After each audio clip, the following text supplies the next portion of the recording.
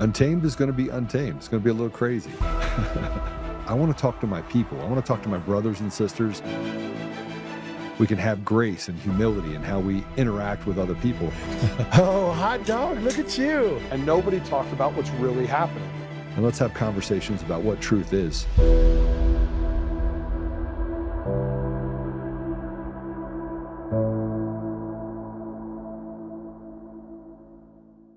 If I'm remembering correctly, there were several states involved.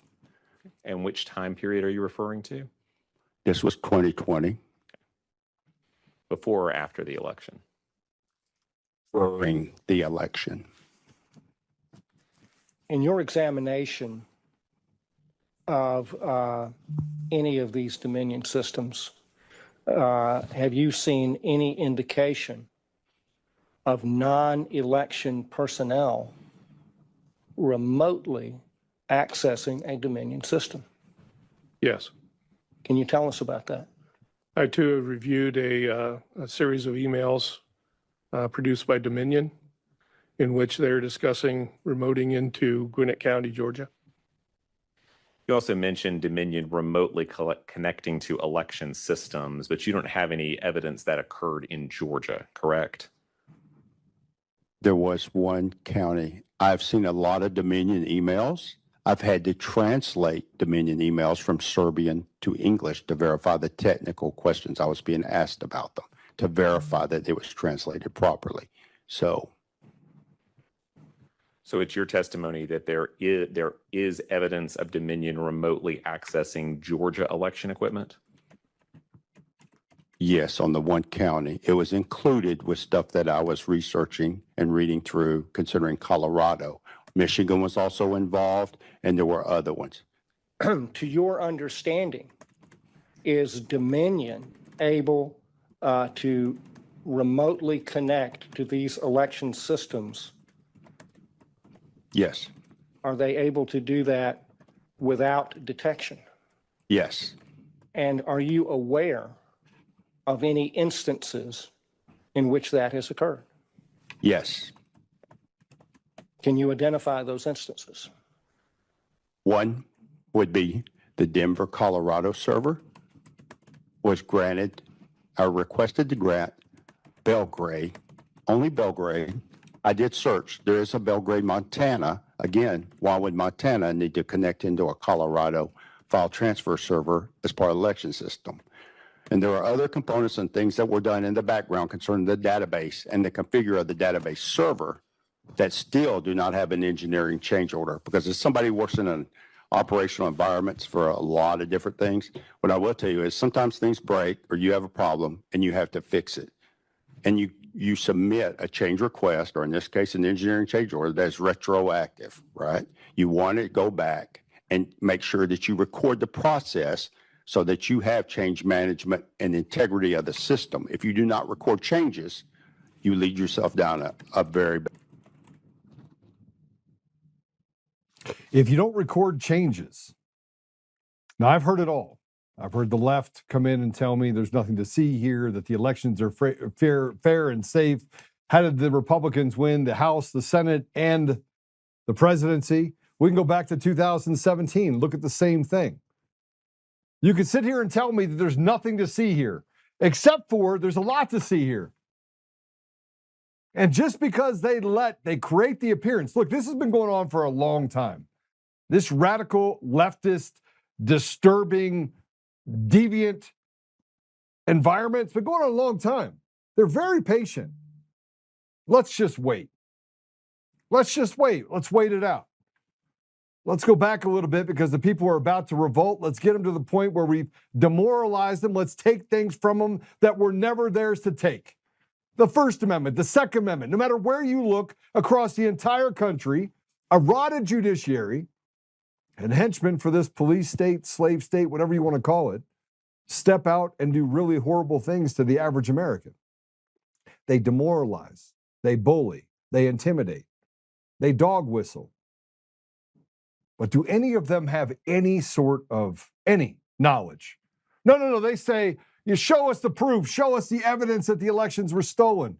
Then we walk it into court, we say this is true. And they go, oh, that's not enough. That's smoke, but that's not fire. The sheer idea that they keep us away from the proprietary nature of a system that is designed to do one thing, that's count votes. Or that you have to rub on your belly and tap on your head with ranked choice voting and changing the rules to the game. Just keep moving the chess pieces around the table so that it only benefits a few set people. But they tell us that we live in a democracy. We got to protect democracy. More dog whistles and more things that are said by the radical left, the media, the CIA, that tell us there's nothing to see here. And every single time we uncover the same thing, improprieties that happened during COVID, improprieties related to big pharma, improprieties related to the government's use of our tax dollars, improprieties in foreign policy and lies that, hey, don't look over there, weapons of mass destruction, oh, that didn't exist. We have to align with genocide and ethnic cleansing of an entire group of people because, God forbid, we stand against the diabolical nature of what is being done and not be called an anti-Semite. And I'm not for any side. I'm for the side that says, don't go blow up people. And I do recognize that there are people that are diabolical. And frankly, Iran has been like team evil for a long time, but the people aren't. And the people suffer, and the people in the United States are suffering right now. We don't have a Second Amendment. We have flock cameras on every corner. They have license plate readers. They can do whatever the hell they want. And by the way, they can presume that you are guilty until proven innocent, not the other way around. And no matter what they say and what kind of stuff they put out there, it's all a lie. But the elections run by people that, frankly, are diabolical and they're weak, pathetic. I put out a thing this morning where I was like, listen, this is where we are. And just so you know, as we go through a couple of these things, we're going to bring on our guest. He is one of my favorite lefties. We're going to talk about Jake Lang, some of the things that are going on and across the board. I would actually say that Patrick's more of a patriot that is confused at times. We're going to have a really good time with him today. But I want you to see this. This is a disgraced FBI executive that back in 2020 said that he's there to uphold the rule of law. This guy's disgraced. And again, no matter how disgraced somebody is, it's nothing to see here. Go ahead and play it.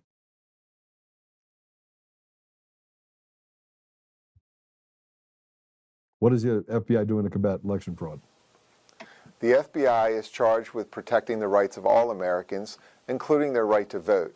While the responsibility to ensure a fair election process lies primarily at the state and local level, the FBI takes allegations of election-related violations of federal law seriously.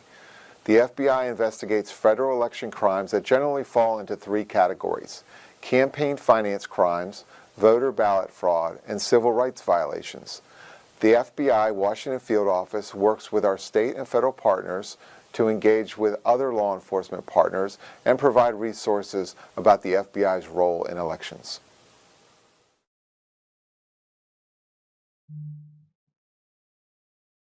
It's just three parts. 3 parts.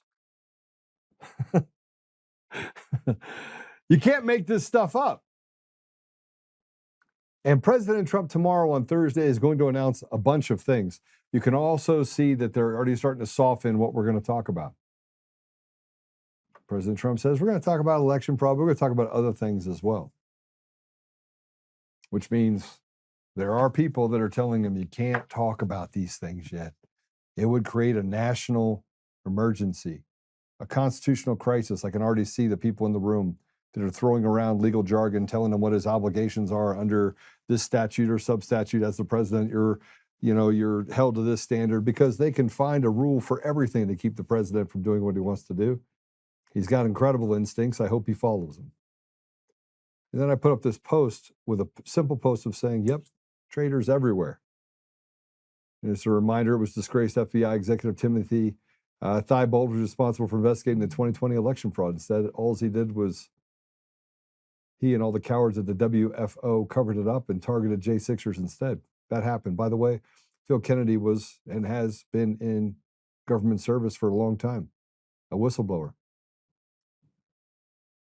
And let's not forget about the media's role in all this. Like, we know who our enemies are. The gaslighting is over. We don't need to prove anything. We don't have to say another word. I don't want to hear another person. Every person that says, oh, you need to prove, show us the proof. Man, the proof is literally in front of you every single day. But math, man, who likes math? Because they created Common Core math. I mean, that's real math right there. Yeah. I want you to see this. This is the co-conspirators in the treason and sedition that we face today. Play it. The reality is that most of us were lied to by the media about President Trump. And if you just go back to the source material, you should take away two things. One, he didn't say half the things he said. And two, why did these other people just fabricate what they wanted to say so that they could essentially assassinate his character? I think that that second thing is completely unacceptable in America. And there's still been no repercussions, really. I took the time to learn about it. I admitted where, the way that I met him was I admitted on the pod, which, has millions of viewers. And I said, I got it totally wrong. Because I went and I watched Charlottesville. And the first person to call me? Who was it? President Trump. And I got to know him, and I put the phone down. I called my wife and I said, we got it totally, totally wrong. We were lied to. And then I got to know him, and he is fantastic. What's funny about that is I've had people that have worked with me for 12, 13, 14, 15 years, know me for 20 years. And they're like, Joe, if people only knew who you were. Now, I don't have billions, and nobody gave me a trust fund and told me to go out there and build my empire. I just got out there and I scraped and I prodded and fought and made sure that ethically I was able to build up something that was pretty amazing. And in the middle of that, just so you know, this kind of learning how to be successful in a world that is filled with sharks and people that want to take from you what's never theirs to take. I learned a very valuable lesson and lost everything once and said, okay, I'm not going to do that again. I'm going to set myself up for success and make sure I protect my family. But the amount of liars that exist out there in the business world is nothing compared to that of politics. But everything they said about President Trump is true. You get to know the guy, and he's a regular guy. He's a good man. He was a good man long before he ran for president. All you have to do is have a conversation with him. I want you to see this. This is what Chuck Schumer said when he was on the floor giving a speech on the Senate floor. I think things are about to come unraveled. And I'm not going to cue you up or do any of that stuff, but it's coming unraveled. And here's what Chuck Schumer said when giving a speech on the Senate floor. You have to turn the volume up because he literally, I think, is. These are just old geezers, man. These are all geezers that they're just terrible human beings. But I want you to see this because it is a little funny. Go ahead and play it. And we need a complete investigation that's independent. Now on Iran and the NDAA, when all the Trump administration... Those are really good mics. I'm going to tell you. I don't agree with AOC on a lot of things, but finally she made sense at least once. I mean, this is a bartender, by the way, out of New York City. Mamdani was a guy that did TikTok videos. We could talk about Ilhan Omar and the fact that she never had a job other than working as a 7-Eleven clerk, and that these people are easy to control. They're dumber than rocks. Ilhan Omar's a little bit dumber than others, probably, single-digit IQ. But here she's questioning how lawmakers can disappear from Congress for months without public explanation, and that, frankly, we just got to get to the point where we have term limits. Go ahead and play it. People can just go missing without explanation. Not just Mitch McConnell. You had another member here that was just gone for 4 months and didn't tell anyone where they were, no whereabouts, no transparency. I mean, this is it. I don't even know how this is legal. I really don't even know how this is legal. Things do happen, people get into medical incidents. If you're in the hospital, you're in the hospital, but I do think that there should be some sort of, there's a line here. And I think almost everyone can agree that it's been crossed. This is not normal. This is not normal at all. It's not normal. Now, I think what she's referring to is Mitch McConnell, the brain dead individual that frankly should have left Congress a long time ago. Or maybe we could talk about the fact that there are others that have betrayed the American people. And obviously, history favors the victor. And so they can make up the story and the narrative about, they did it to John McCain, who was diabolical. I'm just going to, just so we're all clear. John McCain, I sat in the room with him several times. There was never a time that he wasn't nasty. He was just a nasty, mean person. And entitled, man, I think the reason why the whole country is entitled is because the people in leadership, they set that entitlement. They didn't have to work for anything. And you can say, he was a war hero. Okay. Two things can be true at the same time. If you're a war hero and you become a cannibal and you start eating your neighbors, are you still a war hero? And he did some really bad things. He did really bad things. But we put up on pedestals people that are frankly warmongers and just diabolically evil people. And although I wouldn't go as far as to call John McCain evil, I will tell you that he sure does come close to the line in a lot of different ways. So let's talk about our guests, because we're going to talk about stuff related to Jake Lang. I got to talk about Jake Lang. And I want to talk to him about this stolen elections. Him and I got a very fruitful conversation before. And one of the things that I think that he will tell you is that it's more complicated than left or right. And if we can get to a place where we can stop wearing the R jersey or the D jersey, we can throw out these criminals on both sides of the aisle that have done really bad things to the American people. We're where we are right now because they were selected, not elected. But we're going to have that conversation with Patrick Reilly. He is a former Navy journalist.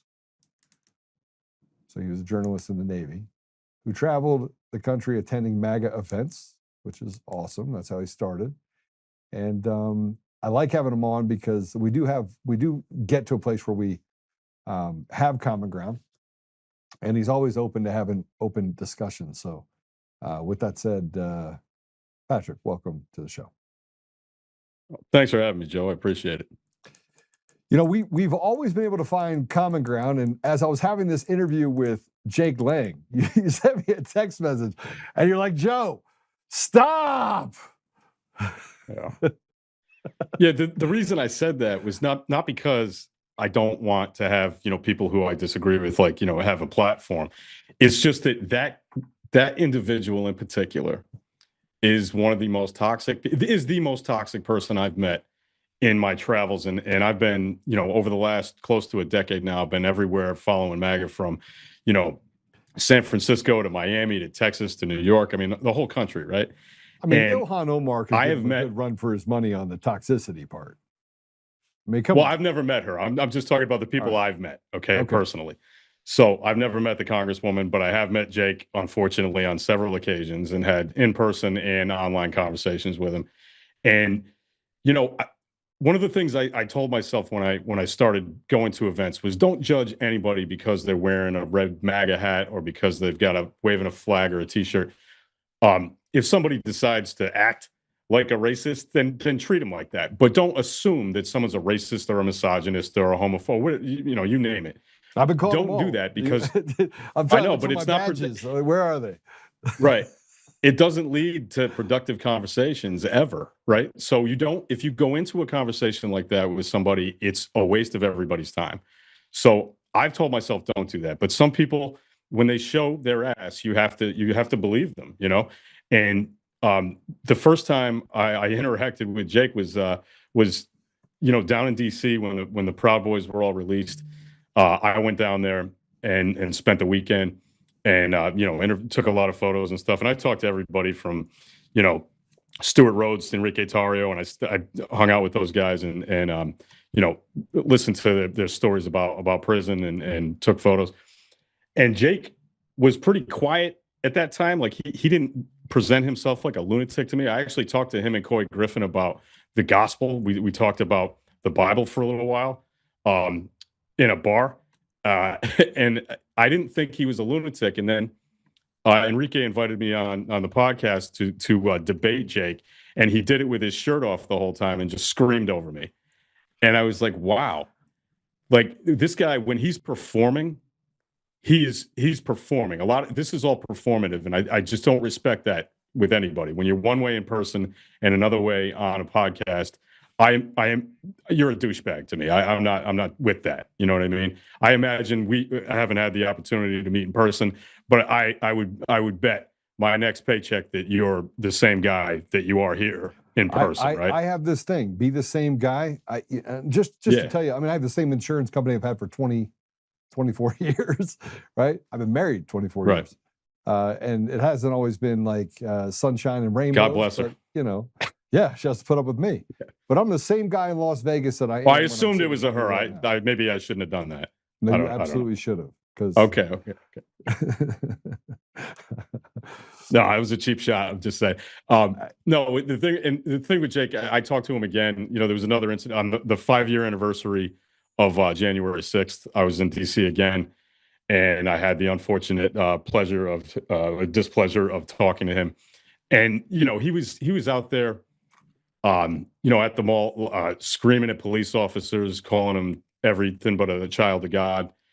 You know, guys that are just there, just doing their job, you know, keeping people separated and whatnot, not making a lot of money. Now, Paddy, and I just had a problem with that because there's no violence that day. You know, I do not believe in just doing your job. That you know better than that. You can't just say I'm just doing my job. Well, no, I'm saying all these people were doing was standing there.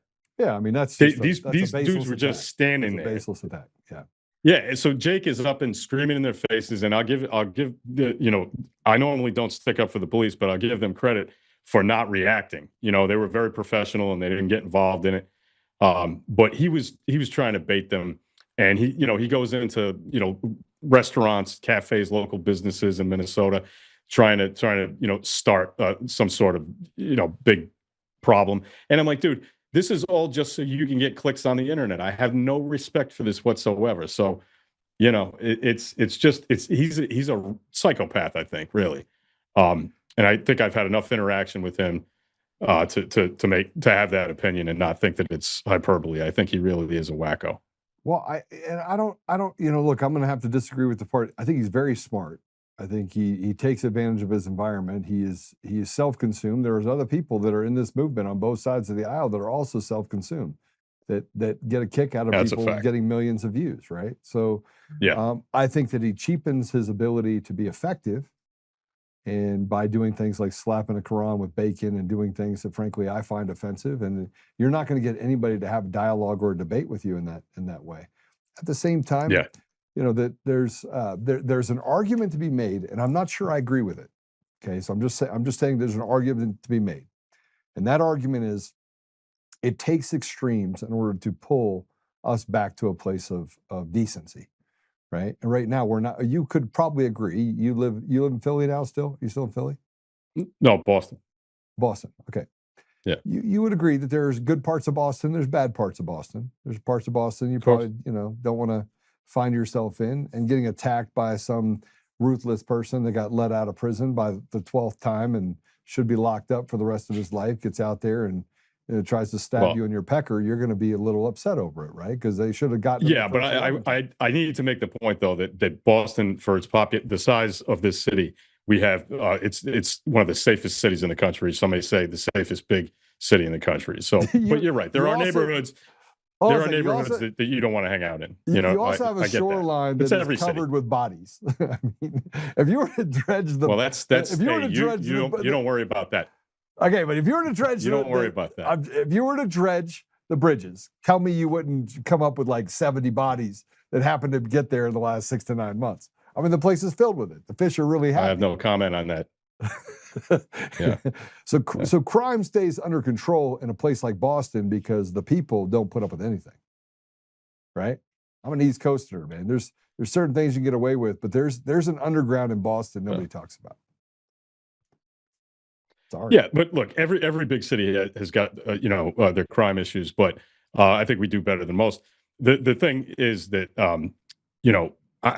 I just want to get back, like you're talking about the Jake thing. we oftentimes judge each other by where we come from. And I was in a space the other day I got kicked out of, and somebody said something about hating Elizabeth Warren, and I said, well, it's funny. I just happened to mention that I live like 2 miles away from her, because the other side of my street is actually in Cambridge, and I live in. Well, I shouldn't even be that specific, because who knows what'll happen. But I just mentioned, I was like, this is part. Somebody said, oh, that's the problem right there. Basically, just saying, oh, I know you're a jackass because you live in New England, you live in Massachusetts or Boston or whatever. We got to stop doing that kind of thing. I mean, I would never have guessed that you were from DC, because I just knew of you as being a guy in Colorado, right? Yeah. But I didn't know where you were from. And I was interested when I heard that. I was like, wow, that puts a whole kind of different paint job on things. But I would neither judge you for being from DC nor from Colorado, because people are people no matter where you go. And I've got really good friends who are conservatives in very rural areas, and I've got liberal friends in the city. And if I just judged everybody by where they come from or how they vote, I wouldn't have either one of those things. I'd hate everybody and be sitting in my house all day just pissed, So, Jake kind of does. He judges everybody within 10 seconds, and I don't have time for that, man. Well, you probably listen to some of the podcasts or all the podcasts. I mean, it was a tough I listened to a few minutes of it, as much as I could take. Yeah. The tough part for me is that, I think you have to counsel Jake back, and he's going to get mad at having this conversation with you about that, and I just don't care. But the reality of it is this: I tried to counsel him that first of all, if you spend all of your time talking and none of your time listening, you're gonna find yourself alone sooner or later. And you might have people that listen to you on the internet, but you're not going to hold any credibility. You're not going to be able to present yourself in such a way that you actually have any meaningful change. And my family is interracial, right? So when he starts putting black people all in one circle, or I made the joke about Asians, because they all get really good test scores. And I was like, they're the only ones that get left out of this whole deal, right? And I was just joking around, right? But we can poke fun at kind of the racial differences while still recognizing that we're all one race, bro. I mean, we all bleed blood. I mean, when you go to get blood at a bank, it's by blood type, not by race. Right. Right. And you and I agree on that completely. I obviously Jake doesn't, you know what I mean? And that's a problem. It's a real problem. Yeah, and unless he's just doing it as a performative thing, which maybe is possible. I doubt it, but he might be playing. It might be a bit. You know what I mean? He might be trying to get into, because I've met a lot of people over the last 10 years who are kind of who clearly are playing a part in order to get clicks and all this other stuff, and you can make a lot of money doing that. I think half the stuff that comes out of Laura Loomer's mouth is stuff she doesn't even believe. But, there's a lot of money in saying it. So Ashley St. Clair did some interviews recently where she talked about the fact that you can make, she kind of laid bare, like, hey, if you just repost this stuff, you don't have to believe it, but you can make money. And I don't think she's lying about that. You know what I mean? So. Well, I mean, this is why, frankly, when I put something dirty out there, business. It's really, really a dirty business. And if I had to make my living off a dirty business, I'd be in big trouble, because I just couldn't live with myself. Right. Right. And I always tell the truth. That's the other part, is that I have no interest in liars. I'll call liars. I don't care what side of the fence they're on. I think Mitch McConnell is just a walking corpse. I think the Republicans have literally betrayed the people, just like the Democrats have betrayed.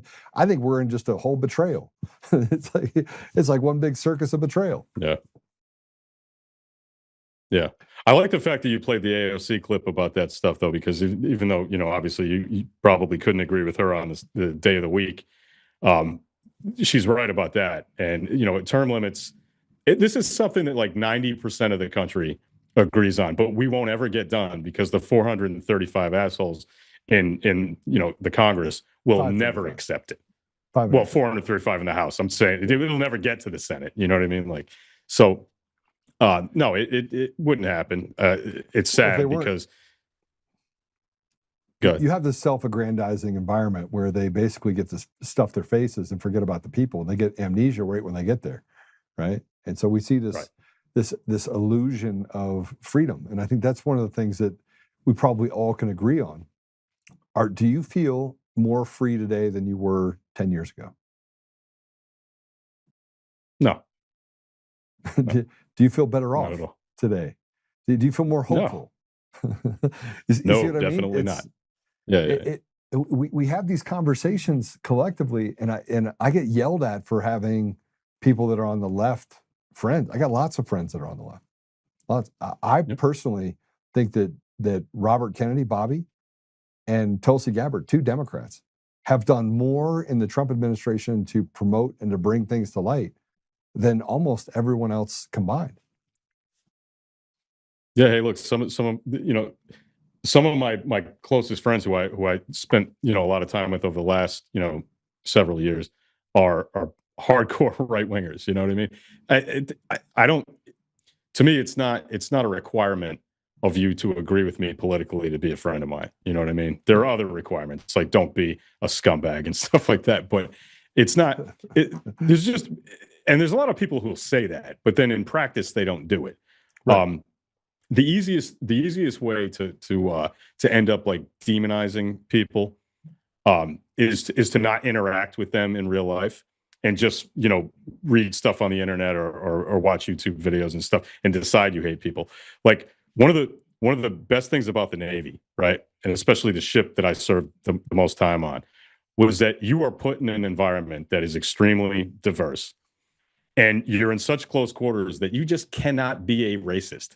You know what I mean? Because you start to realize that, hey, everyone in here is up against the same stuff I am. They're living the same life that I am. They've got families that, it humanizes people when you're just forced to deal with people. But when you can live in like an area where and I'm not saying there's anything wrong with living in like a rural area where most people are white or whatever, but when you don't interact with people who are different than you on a regular basis, whether it's racially or politically, it's very easy to have cartoonish views or like create a caricature out of people, And I find that happens sometimes when I have conversations, not all the time, but when I have conversations with people, MAGA people I don't know, they assume a ton of things about me that are just not true. Like they assume that I think that men should be able to play in women's sports because they think that's a liberal thing, but that's not my thing. I don't agree with that. There are many other issues just like that. That people will just assume that I think that. And that's because they don't have a lot of exposure to people who think differently than them. And I think that's bad for all of us. Yeah. So this gets into, and I think your video kind of went haywire on us there for a minute. Did we get a fix check, guys, on your side? Let me try and fix it. Oh, you know what? Yeah, there it is. I don't know why that happened, but I got it. So let's walk through common ground. I think common ground's the best place to start. Okay.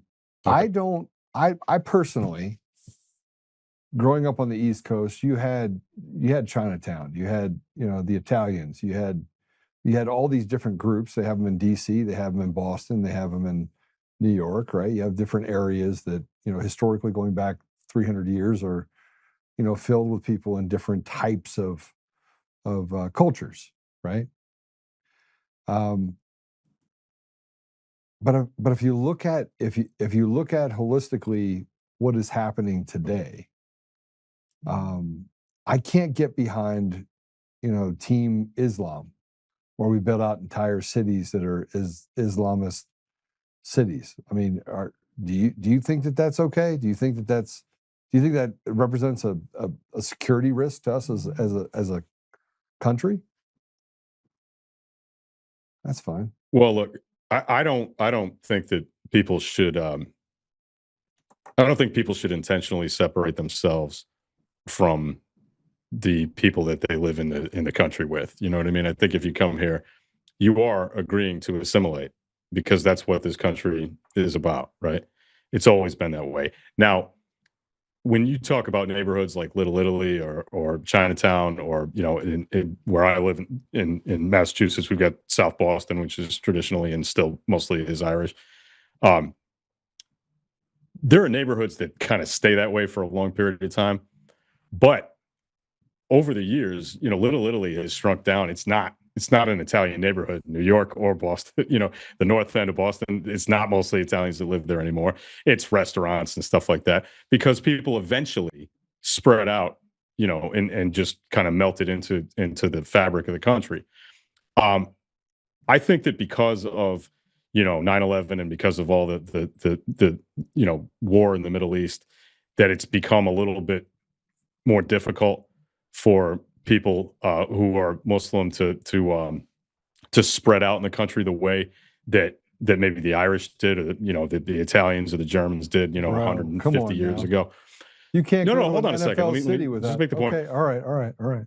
I'm not saying that's a good thing. I'm just saying that because there's a lot of static, between Muslim countries in the United States, and there has been for quite a while, that it gets a little bit hairy there. It gets difficult. I'm not saying that the goal should always be assimilation, right? And I think that eventually we're going to get that, but we are also talking about I think it's 4 million or 4.5 million at last, Muslims in America.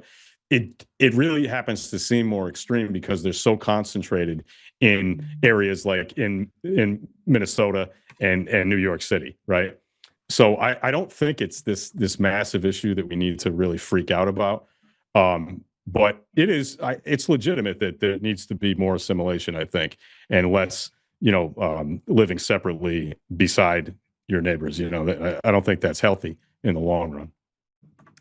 Okay. So just so you know, the Muslim population in the United States, they say it's 4.5 million, but it's actually more. It's actually closer to 11, because they don't keep very good statistics on the Muslim faith specifically, right? So, and those are just reports that come out of different organizations. I tell you what, we're going to take a quick commercial break because I want to see Patrick's face, and we have a video issue, so we're going to solve that. So we're going to go to a quick commercial break. When we come back, we'll have Paddy back with us. We'll be right back.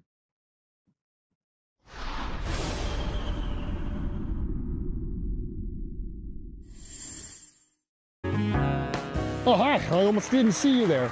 Welcome to DCF Buns, where you can find the freshest buns in town, if I do say so myself. Our master bakers teach class every week. So whether you're new to baking or trying to improve your culinary skills, we got you covered. And we can help you bake the cake of your dreams.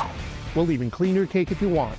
And if you don't want to bake anything yourself, we have loads of fresh buns available in a variety of shapes and sizes. Check us out at dcfbuns.com to learn more. DCF Buns. We keep the buns hot and the deals hotter. Buns. In every thread, in every stitch, Honor-Bound USA weaves the fabric of the American spirit. It's not just apparel, it's a testament to God, family, and country. At Honor-Bound USA, we're a family of patriots who put our faith, family, and America first. When you visit our website, you'll find a line of products that embody our commitment to pray, stand, speak, and act. As the official site for the Untamed podcast, all of our products proclaim speaking the truth with courage. We also have the powerful documentary from Professor David Clements, Let My People Go. Identify yourself as one of the few who are willing to stand for what they believe in. Join the Honor-Bound USA family today. Wear it as a badge of honor, commitment to the values that shape us, and a pledge to the bright future we will build together. Because when you're honor-bound, you're not just wearing a brand, you're embodying a lifestyle.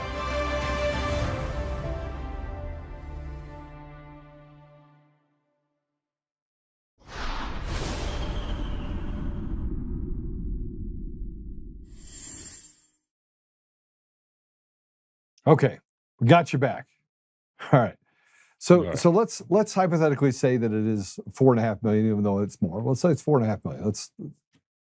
We're making policy around the country, and I think one of the rubs that we have against the other, 300 million Americans is that we really don't care if you're Muslim, but don't say stuff like you're going to take over in cities and do things that they're doing to oppress other people in our community inside of our country.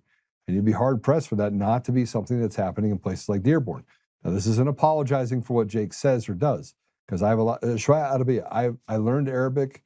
I have a lot of Muslim friends I still talk to that are in the Middle East. But we have to be realistic about what pressure is being put on American populations. And as Americans, we stand up and say that's just not appropriate. It's not acceptable. Well, I mean, I would ask you, like, what do you mean is inappropriate? Like, Well, what's Dearborn, going on? Michigan, at 5 o'clock in the morning, the prayer call comes out, and 6 times a day, and a church came out and said that they were going to play the bells, at certain hours for the Christian faith, and they got shut down. They were told that they could no longer do it. So you have an entire community. Wait a minute. Hold on a second. Is that real? Because look, I was an altar boy when I was a kid, and I had to ring the bells. I had to ring the bells constantly. I rang the bells so many times that I probably have tinnitus because of it. I'm like every neighborhood in Boston. Like you go near a church in Massachusetts, Boston, which has to be. I'm talking about Christian churches in Dearborn, Michigan, that are trying to ring bells, and they put up speakers to ring bells, and they're being shut down. And they're not. Call to prayer. Wait a minute. I gotta press on this. You didn't know this? Are you serious?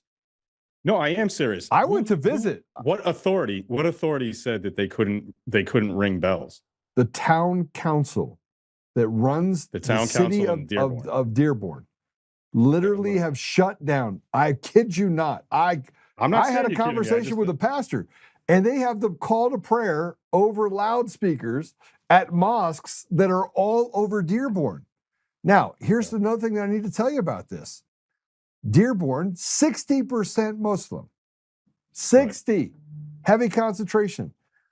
Do you know what the entitlement rate is of the 60% Muslims in Dearborn, Michigan that get Medicare, Medicaid, get money? Yes. Yeah. No, I don't. It's nearly 85%. Right.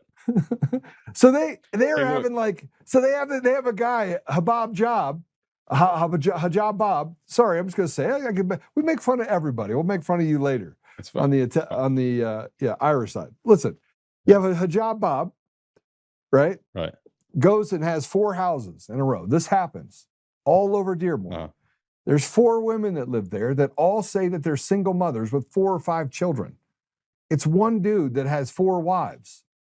They're collecting entitlements per household of nearly $90,000 a year per household. Hijab Bob is doing really well. This is one of the rubs that people have, is that there's this burden on our backs. Republican, Democrat, doesn't matter. We're Americans, right? Well, we'll take care of people. But Hijab Bob is literally telling us you can't actually have anything related to the Christian faith, and call to prayer everywhere, and you can't shut down liquor stores. I mean, they're changing the entire dynamic of what used to be the industrial pinpoint of our entire nation when it came to industrial strength related to the automotive industry.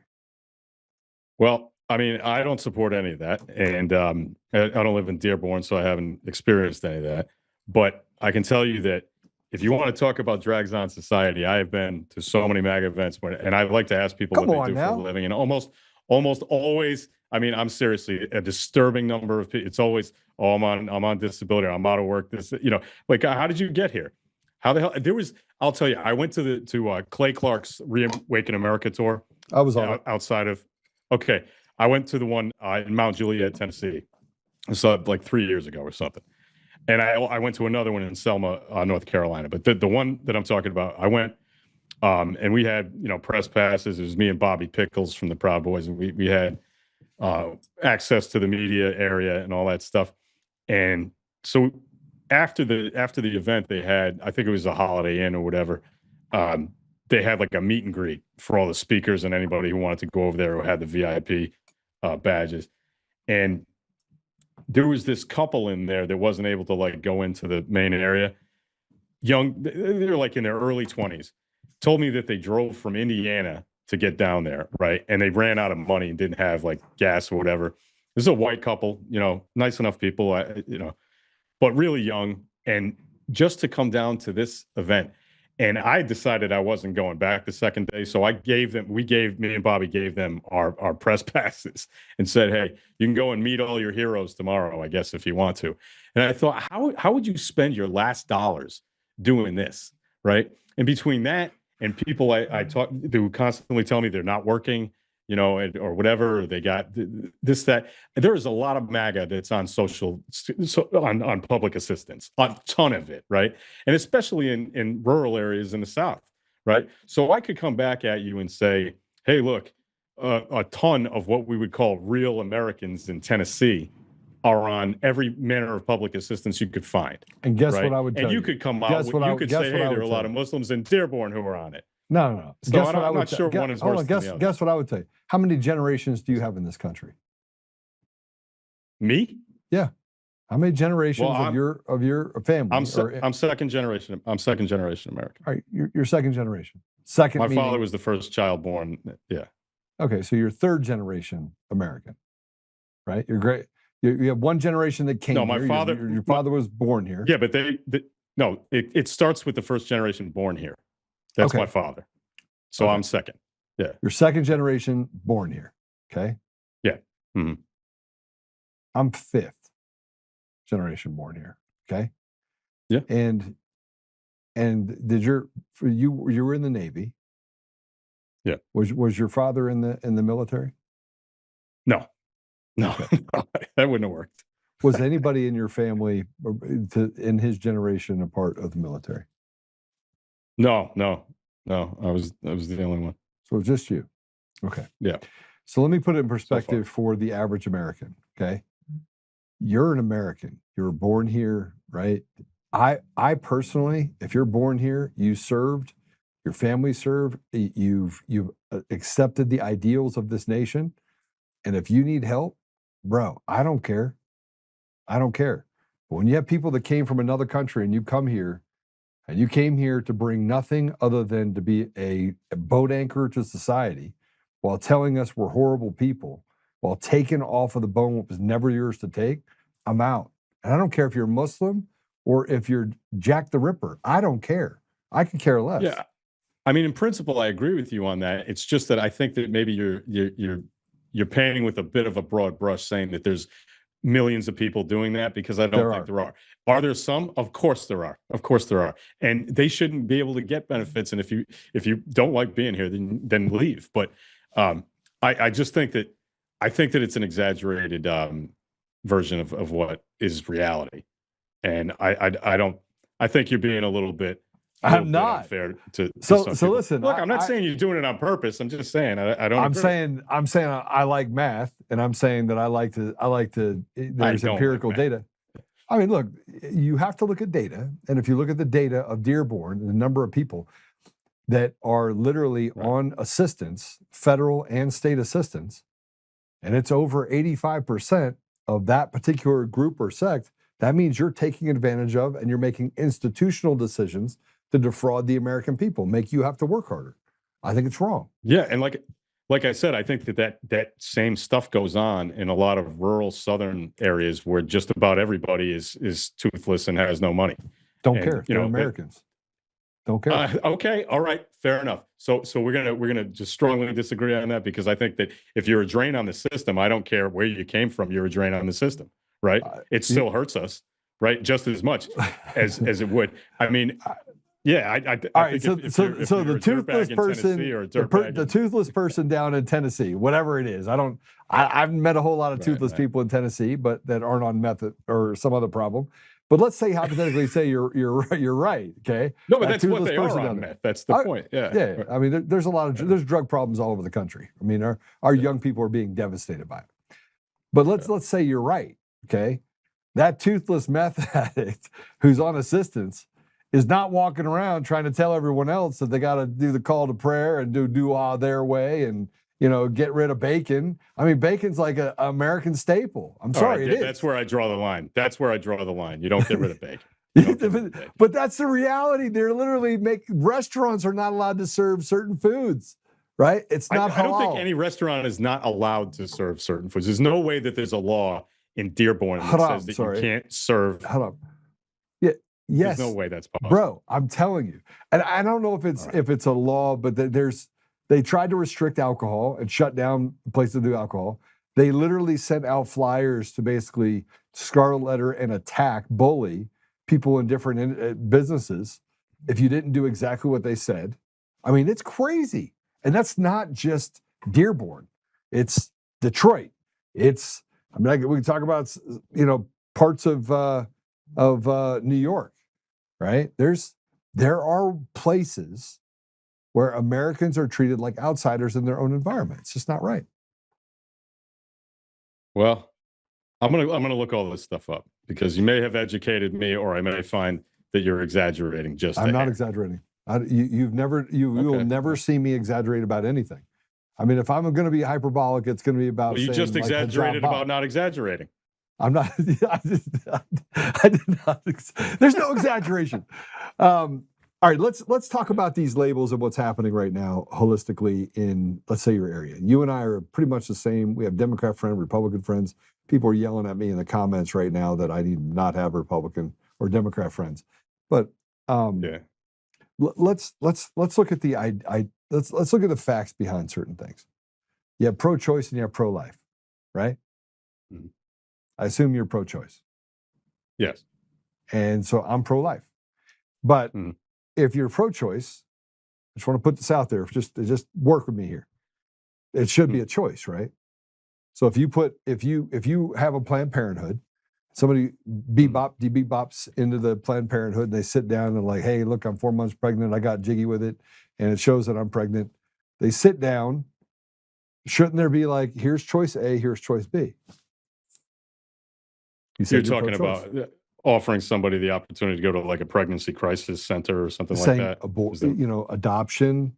Here are your options. Okay, let's say there's 4 options. I don't even know what they are, but let's say there's 4 options. Yep. Shouldn't it be a choice?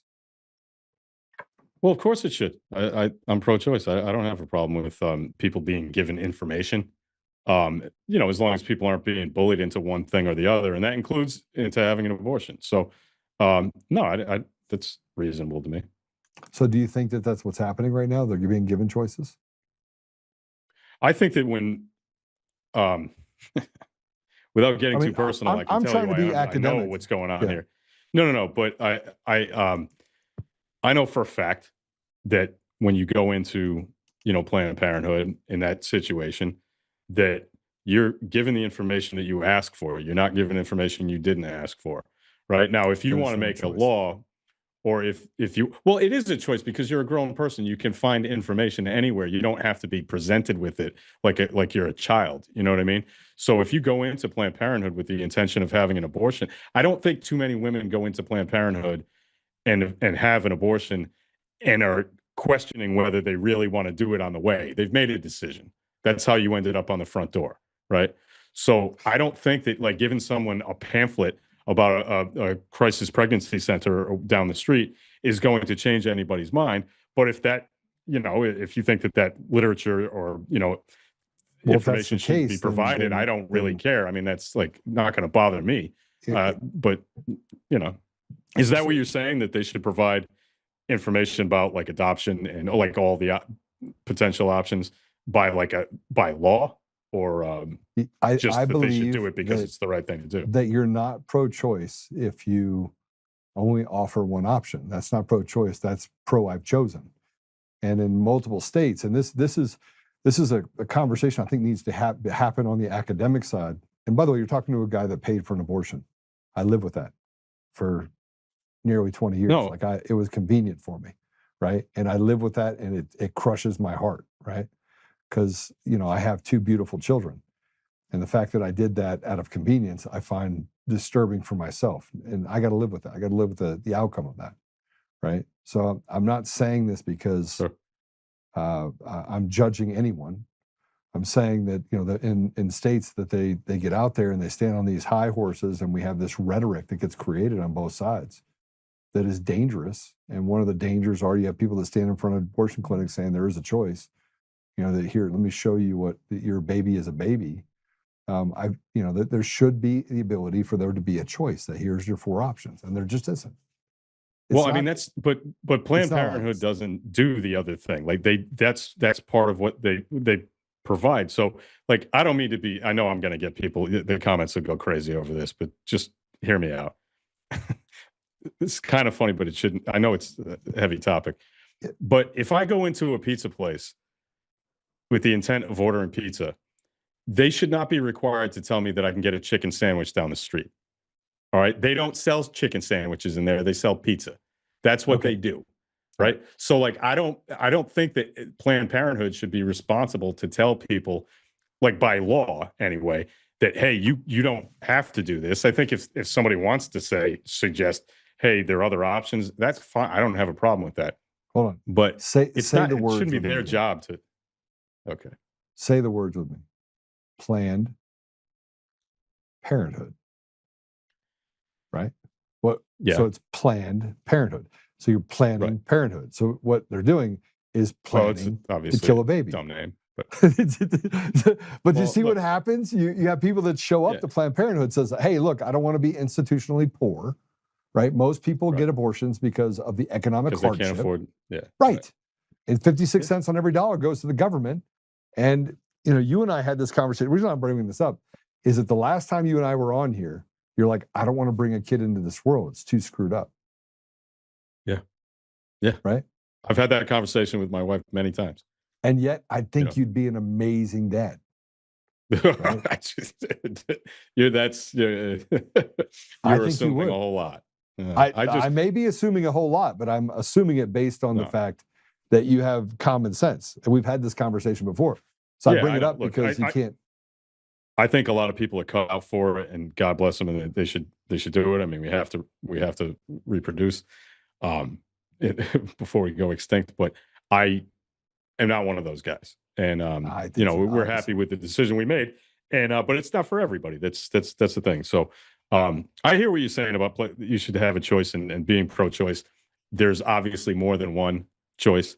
I just think when you're in the environment in Planned Parenthood, nobody gets in there questioning whether they're going to do it or not. They've already made the decision before they get in the building. So at that point, I don't really think that it's you know, important. And I can tell you as someone who went through the same situation that you just talked about, you know, the worst is when you've got, you know, really, really nasty protesters outside shouting at you know, poor women who were having the worst day of their life at the time. And you know, they have a right to protest, and I would defend their right to protest. I've always defended the worst protesters when the Klan marched in Skokie, Illinois in the 80s. You know, as before I was able to, you know, understand, but they had the right to do that. And the ACLU stood up for them, and there was a Jewish lawyer who stood up for them and represented them. And you know, when the worst people, the Westboro Baptist Church, who I think probably have to be the worst human beings on the face of the planet, when they would go protest soldiers, sailors, airmen, and Marines funerals with signs that said "God hates fags" and all this other stuff, they had a right to do that. Even though I would like to choke every single one of them to death, they had a right to do it. So I don't want to stop people from protesting at Planned Parenthood. I just wish people would do it in a way that wasn't so nasty to the women who are having the worst days of their life. Yeah, I think I will just say this. I think from my perspective that, I mean, I just brought up the fact of like Planned Parenthood, or how about the Affordable Care Act? Is it affordable? Well, it's up more 2,500%. It is not more affordable. I mean, look, it's not true. Well, I don't think we need to get, I mean, that's kind of a boring topic. That's why we're having the conversation, though. I want to go. These are Do you the want things, to talk about the Affordable Care Act? Because we can if you want, but I mean, look, I got to tell you, by the way, kind of a dead topic. It's not though, because people they're not getting the care that they need. I have 3 friends with cancer, 2 of them that don't have insurance. They don't have insurance. They basically, they lost their jobs, so they lost their insurance, and they stepped in to say Medicaid's going to take care of it. They didn't. It didn't take care of the. So far, we've talked about racism, abortion, and cancer. Do you want to talk about like AIDS next or something? Like, I mean, please don't. Can we get any more depressing? No, but I mean, I want to get, so the way that I had it written in for me, as far as the things I want to talk to you about, is that we're not that far apart, right? We both have bled and gone through the same things. We've had the same experiences, and frankly, I know it has the same pain associated with those decisions, right? In different ways, right? And no, you do want to protect the couple that showed up that spent their last dollar getting to a Clay Clark event, and you're like, here's our badges. You didn't have to do that. You could have been like, what the hell is wrong with you, right? You should have done everything. I mean, I was thinking, what the hell's wrong with you? You know, but you didn't act that way, right? Yeah. And you know, we get to these places where we talk about being kind, and the left is not kind. And yet some people on the right are not kind. Sometimes I'm not kind. Yeah. Right. Yeah. So I guess the thing that I'm trying to get to is I sat in a room with 11 people. These are just all friends of mine. I invited them in the room. We sat down. We drank a couple beers. I quit drinking, so I wasn't drinking any beer. But I was drinking a Diet Coke. They were drinking beer. So we're sitting there having a conversation, and I didn't tell anybody who everyone else was. Mm-hmm. And they're all strong people. 9 of the 11 are from the East Coast. And so we're sitting, you know, that's not going to end well when three out of the 9 are lefties. You mixed them up. Right? Yeah. I just wanted to see. It was like putting ants in a thing and shaking it and seeing if they were going to kill each other. You're running a social experiment with your friends. What a dick. It was a dickish thing to do. But they also knew me. So then they're like, oh, I see what happened here. And I was like, man, you would really like Rod. He's a good dude. He's like, that guy's an asshole. Like, what? He likes Biden? I was like, yeah, that's the most retarded thing about him. But he's also a physician and he does some pretty cool stuff. That's funny. So did you want to talk about, I was wondering if you wanted to talk about Iran, because you having experience in the Middle East and you know, I was wondering, because I haven't heard your opinion on what's going on there, and I'm curious to know. Yeah. Oh my gosh. Somebody just said the Diet Coke will kill me too. It might kill me, but it's not going to make me pack on pounds like alcohol does. It's like a walking sieve. You got to work out on the treadmill twice as hard. Yeah. So let's talk about Iran. I've been to Iran. I have spent a lot of time working or studying foreign policy in Iran. Even dating back to the early days of 2008, 9, 10, 11, when Obama, tried to create some sort of semblance of, self-determination, giving them access to nuclear weaponry, which was, that was the big rub back then. But we created that. We created Iran. Like, we went in there in 1979 and screwed it all up. It was the CIA that did it. Like, so all the people that are dying and all the problems that we're having right now is because we're a bunch of assholes that allow the intelligence community to go out there and wreak havoc on other nations. And we've killed more people in this country. Our foreign policy has killed more people by the intelligence community than has ever died in World War II. I believe that, since that's what I believe. Yeah, I mean, we'll never know, but it's possible. I wouldn't doubt it. The thing that drives me up the walls about this is that I'm hearing the same old neocon arguments from people on Fox News, from guys like Sean Hannity and Laura Ingraham, and even Bill O'Reilly. Like, I know nobody watches his stuff anymore, but I did accidentally. Dog videos. Yeah, I came across one of his little. That guy is way past his expiration date, by the way. I think he expired before Mitch McConnell did, and frankly, but he's talking about how, well, I was wrong about Iraq and I regret that, but we need to be in Iran. And I'm like, obviously you didn't get that. You learned nothing from your neocon nonsense in the early 2000s. And as somebody who was on the ship that fired the first missiles of the Iraq War, when I was in the Navy as a journalist, I remember thinking at the time, like, this is the stupidest idea we've ever had in this country since Vietnam. And, you don't say that out loud when you're in, because you can't do that. But, and I did my job, and I shot the photos and shot the video and whatever. I was proud of the work that I did, but not proud of what we were doing, because it was obviously going to be a train wreck. And we can see that this is even worse, because people may not understand. A lot of people may not understand. You have a very educated audience, so I'm sure they get it. But the Persian culture is ancient, and it is very proud. It is not Iraq, okay? It's not the same place. They're not just going to give up. They're not just going to fade into the background. They've and never take been pot defeated. shots at soldiers. No, and in 4,000 years, they've never been defeated. Yeah, I mean, obviously, if the U.S. military decided to go in, if we sent ground troops in and do it, we would overwhelm them. But we'd lose more than it's worth, like way more than it's worth, right? So we're not going to do that. I don't even believe that, as much as I dislike Trump and think he's an imbecile, I don't think that he's crazy enough to do that, right? I really don't think we're going to have boots on the ground. I think he's looking for an off-ramp, but we shouldn't need an off-ramp, because we shouldn't have got on it in the first place. We should have left this alone, They were not close to having a nuclear weapon. This is Bibi Netanyahu manipulating Donald Trump because he's easily manipulated by, stroking his ego and telling him that, hey, you're going to be looked back in history as a great man who did a great thing if you go in and kill the Ayatollah. And he got suckered into it because he's a sucker. So Netanyahu is a lot smarter than he is, and we know that now. I mean, if we didn't already. So we just need to get out, and we can get out just by walking away. I mean, it's not too late to just walk away from this, make up some excuse for, call it victory and go home.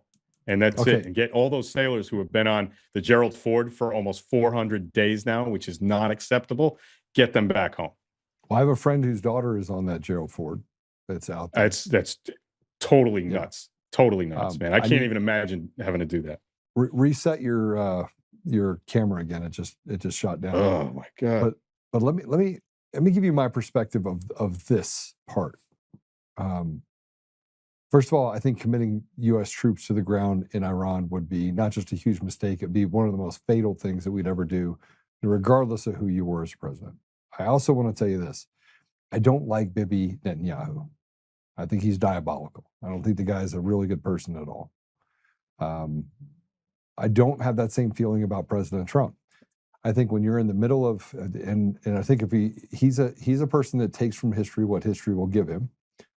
And if you look at history, you have an entire, it's filled with Judases and Brutuses. It's filled with all these different people who have their own things in mind for what an outcome looks like. And in part, you're talking about Bibi Netanyahu. He's not a man of great faith. Let's say that. He's a scumbag. That's what he is. I don't think we need to sugarcoat it. Yeah. So warmonger. But I don't. But he's a straight version of Lindsey Graham. But there's a lot. Yeah. There's a lot of warmongers out there. There's a lot. And frankly, it's hard for us to kind of fish through the political schema of what is happening in Iran. Like, what is it we're truly trying to accomplish? I don't think anyone has articulated it. We don't want them to have nuclear weapons. No. So he just blew the shit out of it. Just give it another 30. It's going to take him 30 years to do it again. Just keep going in there and dropping like mobs on everything, and away you go, right? And it keeps the civilian population out of harm's way, and allows for you to have tactical foreign policy. That's what I think. Now, the other side of me says that there's a victim mentality based on World War II that has created a frenzy and an excuse for victimology to happen inside of Israel. And it was created by the Rothschilds in the 1940s. It was not created by God's mandate. So there was no Abraham that walked down and said, God said, let's have this country. And if you look historically at the area, you have two types of history that have been created for Jews. And I got to tell you, I'm a Jewish Christian. So I don't have, I've been called an anti-Semite, I've been called a racist, I've been called a homophobe, I've been called all sorts of stuff. I think the only thing that's true about any of the phobes is that I'm a stupid phobe. I hate stupid people, right? And there's a lot of them. But when we look at Iran, I don't think the juice is worth the squeeze, as you were saying. The juice is worth the squeeze to put us in a place where we put American lives on the line. We've already given too much. We give up much in taxes. We give up too much in entitlements. We give too much to people that don't belong in our country, that won't assimilate. And I think that we're done having it. And whether we finish it in Iran and we bomb a few more places, they truly are cockroaches. And I don't mean that by a negative sense, but a positive sense. They could survive a nuclear holocaust and come out and eat your brains in the middle of the night. I truly believe that's the type of people they are, frankly. Yeah. Well, you know what? I think what's really interesting about this whole thing is that the Trump coalition, two elements, there are many more, but two elements of the Trump coalition that got him elected twice, or as you would say, 3 times, but twice in reality. He was able to pull like hardcore anti-Semites like Nick Fuentes in, who I think we know is an anti-Semite, right? There's no doubt about that, right? And then, people like maybe Tucker Carlson, who you might quibble about whether he's an anti-Semite or not, but there is a significant group of anti-Semites who love Trump. And then there's the Christian Zionists who love Trump. Now, in a normal political reality, those two groups could not possibly coexist. They would not vote for the same candidate. They wouldn't even be in the same party.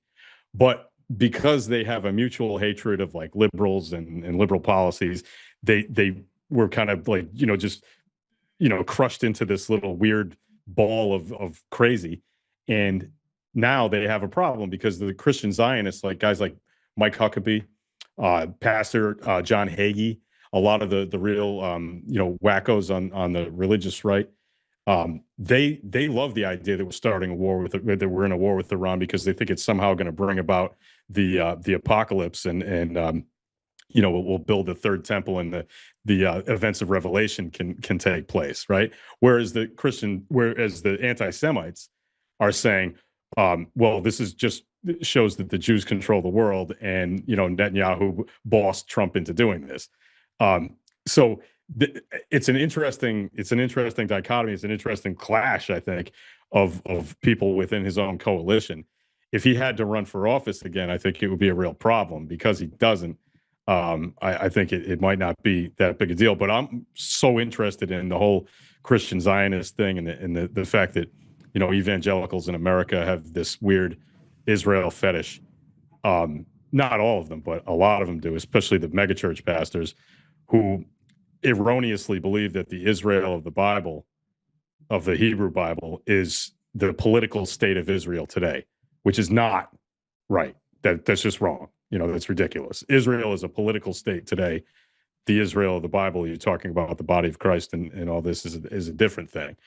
So I find it fascinating how people can believe some of that crazy junk. Yeah. So let me, I think that we have a lot of common ground in what you're saying. But I study history, right? I understand the history, and I don't look at it just from the books that I can get out of the library right down on Park Avenue in the middle of the city. Right? There's a history in the United States, and there's a history that's told in multiple other nations, and I think you have to look at both.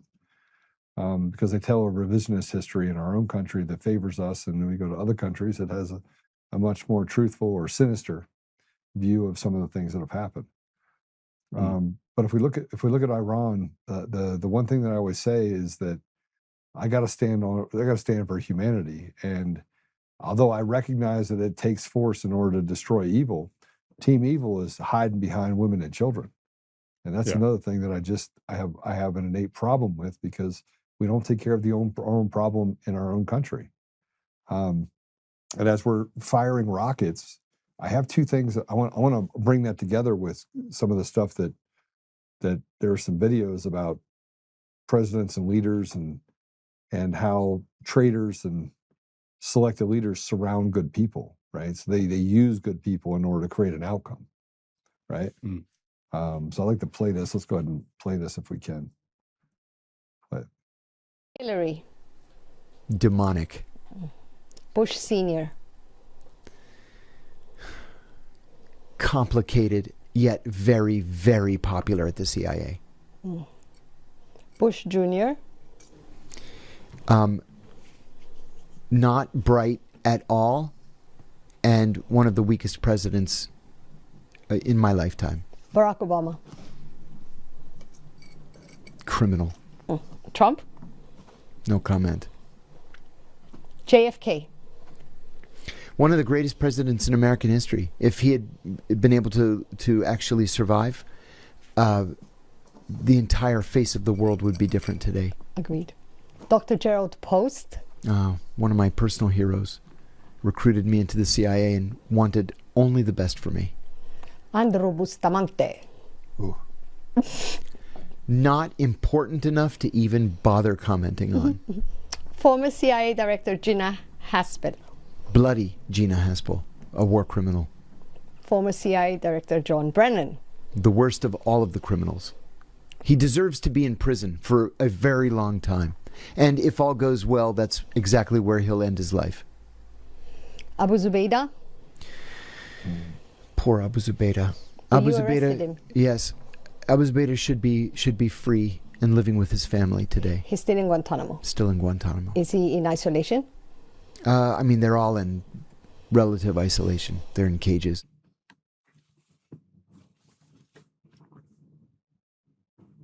What are your thoughts? Just hearing people, who have a big audience and a platform talk about other people that way, just, flippant. Look, I'm not a fan of the CIA, and I'm not I don't like John Brennan or Gina Haspel or really any of the people that were mentioned in there. But calling people demonic, I think that's something we got to knock off because it's ridiculous. I don't think that's how grown people should talk. You want to say that somebody's, a bad person, they've got, lousy policies, you want to call them an asshole. Okay. But this demon thing's got to stop. And I'm not going to trust somebody that guy's a former CIA agent, right? Yes, he is. Yeah. So, I forget his name, but I know his face. And so, I don't trust anybody in the CIA to tell me anything, I mean, I don't think that's a crazy opinion. Those people it's John Kerry. That's who right. Those people lie for a living and they don't get into the CIA unless they're good at it. So I don't know. And I don't put a lot of stock into stuff like that. But he is talking about how the bacon's cooked, right? He's talking about how the sausage is made. And he talked about things that we can see in our foreign policy that has created problems. Right? Yeah, but I think calling that, also he's got kind of an obviously, politically skewed kind of version of things because, calling George H.W. Bush complicated instead of what he was, which is, a director of the CIA who was duplicitous and I think a really bad president, he's clearly got a political bent, and that's fine. He can have that. But he said that JFK was would have been one of the most. Yeah, but that's universally accepted among Republicans now. They all say, well, if he was alive today, he'd be a Republican. They all love him. I've never said that he'd be a Republican. Blue blood. Lots of people have. I mean, I hear it all the time when I talk to people. Well, that's retarded people. JFK was 100% fundamentally a Democrat, not a socialist. Well, he Democrat. He was a but Democrat. what they're saying is that the Democratic Party of those days is so far different than today that he would be a Republican if he were alive today. I don't buy that either, but that's not true. I mean, fundamentally, I agree with the tenets of both parties have not changed in 100 years, right? The fact that most people are too retarded to understand what the tenets are, I think is actually more accurate. Yeah. Right? I mean, I mean, if you go back, I'm sorry, 1911. Go back to 1909, 1911, 1913, and you have a fundamental change in this country that happened. But the Democrats and Republicans were pretty much put on ice. I mean, they were both treated. It's like two football teams. What's happening? I want to bring this back to what's happening in Iran, because each one of those presidents, each one of those people we talked about, had a fundamental way of dealing with Iran. One gave money to them, enabled them, allowed them to build out nuclear weapons, and the other one was diabolically opposed to letting them have anything. Well, if the Iranians, and this is a question I'm going to ask you about Iran, if Iranians or the Iran regime, the Ayatollah, Khomeini, whoever we're talking about, if they truly will fight to the bitter end till death, then why would you want to give them a nuclear weapon when, frankly, they don't care if they die? Well, I don't think we have to give them a nuclear weapon, and we don't have to invade them either. There are ways to deal with it without. Look, they haven't been able to build one in 47 years. We degraded their ability to do it. I don't even really have a big problem with them. The previous year, it was the last June, bombing nuclear sites. We were told that, hey, we obliterated their nuclear program. So good, knock yourself. Cool. I don't have a problem with that. If they're working on nuclear weapons and they get blown up, too bad. You can't do that. But you can't say we've obliterated the nuclear program and then justify bombing them again, months later, saying we need to obliterate their nuclear program. You're either lying then or you're lying now. But either way, you're being dishonest, and I don't like it. So if we have to go and every few years physically degrade their nuclear facilities, Okay, but that's not going to require boots on the ground, and it's not going to precipitate a closing of the Strait of Hormuz. Not likely. And we can just move on with our business, and no American is going to be, is going to benefit from us constantly getting into military conflict with Iran. So this was just ham-handed the whole way. But like I said, it's not over, and we can walk away from it if we just decide to do that. And I hope that he does, because I don't root for, as much as I can't stand the man, I'm rooting for the country, not against Trump. You know what I mean? Yeah, so I want to give you a little bit of foreign policy knowledge that maybe you didn't know, and that is that Iran had held the Strait of Hormuz as ransom, and got paid a vig for any ship that went through that shipping path, and they acted almost as if they were pirates, right? You go through, you don't pay us a vig, you don't get through.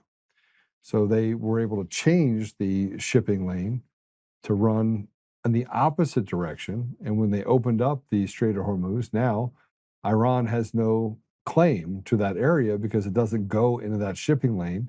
It goes through a shipping lane that historically existed nearly 70, 80 years ago. So, I mean, there's things to be said for what Iran has done that has been terroristic on commerce. Now, I'm not sure it's saying that that's a reason why you do the things they do. And then you'd have to also look at the connections with the Bank of London and the fact that there has been a cartel that has held us hostage as Americans and other people around. I mean, there's a central, would you agree there's a central group of people in the world that pass down from generation to generation the ability to control the entire world? Yeah, I mean, look, I believe that there are a lot of rich scumbags who and corporations who control way too much of what we're allowed to do in this world and oppress people. Obviously, that's true. I just think in this particular case, we stirred up a hornet's nest we didn't need to, and now we need an off ramp. We need a way out of it, and we don't need any more Americans dying. We don't need we don't need our bases being hit in Bahrain or in Oman or anywhere, and we can't avoid it if we just, like I said, walk away. I hate to make it that simple because I know that foreign policy is more complicated than that, but the end result needs to be we get out. We stop doing what we're doing because it's not helping anybody. I don't think anybody likes paying, what they're paying at the pump right now. And that shouldn't be the only reason, the only motivation to get out of there, but it's a pretty good one. So yeah, I think this was a bad idea. I don't even think you think this was a good idea, do you? It wouldn't have been. I mean, this is where, I mean, I'm pretty focused on our elections and the fact that President Oltmann would not have done this. No, I wouldn't have. It would have been my. Right. I would have done things differently. I probably would have gone in and tried a diplomatic deal. I probably would have bombed them for having the nuclear weapons and the new nuclear capabilities. I probably would have dropped those bombs. I would have done what he started to do, which is have a zero tolerance for terroristic behavior and activity. And then I would have gotten back to domestic policy and done the things to secure our elections and to take out really bad people. And I would have forced a different change in the DOJ to make sure that we were addressing the fact that machines and mail-in ballots in our election systems are absolutely fraudulent.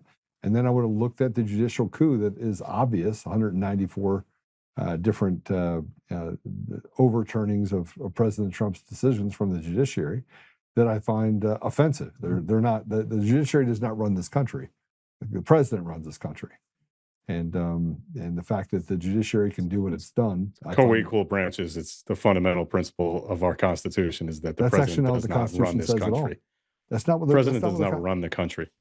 Congress has authority over the president. The judiciary does not have authority over the president. Period. So the Marbury versus Madison thing you think was decided incorrectly? Hold on a second. It's not even the Marbury versus Madison. You have to look at other case law. We want to go to the case law that people harp and parrot.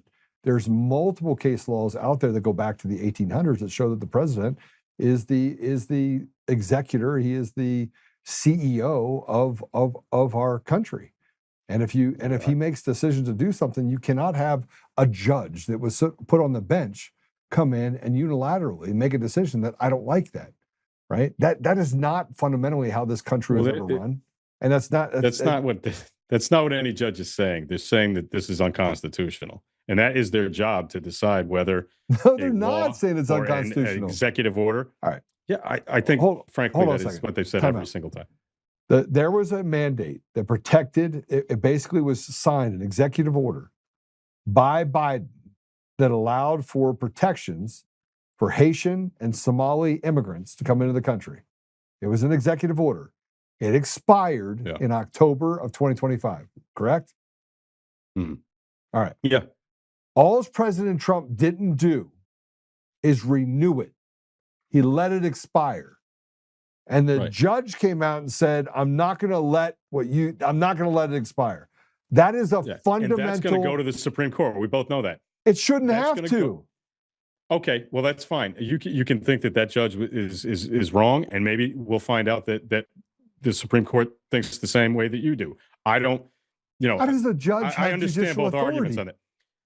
on it. Well, a federal judge by statute has the right to do that. Now, they can get overturned, and probably will, because if that goes to the Supreme Court, I don't think there's a chance in hell that it doesn't get reversed. So it's got to play through. This is one of the things about a democratic republic like ours, is that it's messy and it takes too long, and things go wrong and have to be corrected.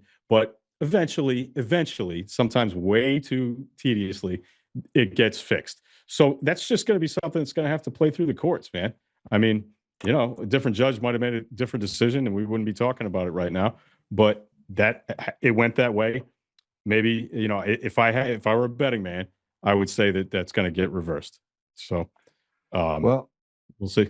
I mean, yeah. Well, I mean, fundamentally, I think that we have gotten away from common sense, right? And well, I agree with you. Well, I mean, and I'll use this as an example. I'm going to play this for you, and you tell me. They won't even release the judge's name in this particular case, or the DA. So they're saying that they won't say who the ADA was. They won't say who the judge is in this case. I want to play this for you. It's just 13 seconds long. I want you to see this. Go ahead and play it.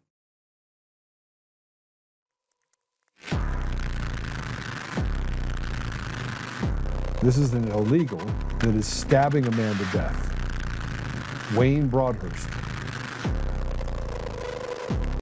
Now, you just saw that video. Did that look like manslaughter? Like an accident? Oh, I accidentally slipped. No, that looks like first-degree murder.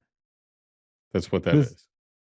The man that was killed, this guy was an illegal, and the judge in this case had him plead guilty to manslaughter.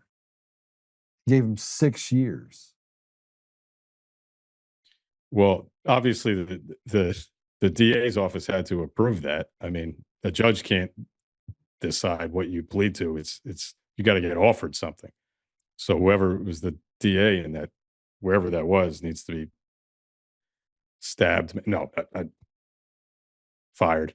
All right. Well, let's look at this. This is a different state. This is in California. Let's go ahead and play C4. C4.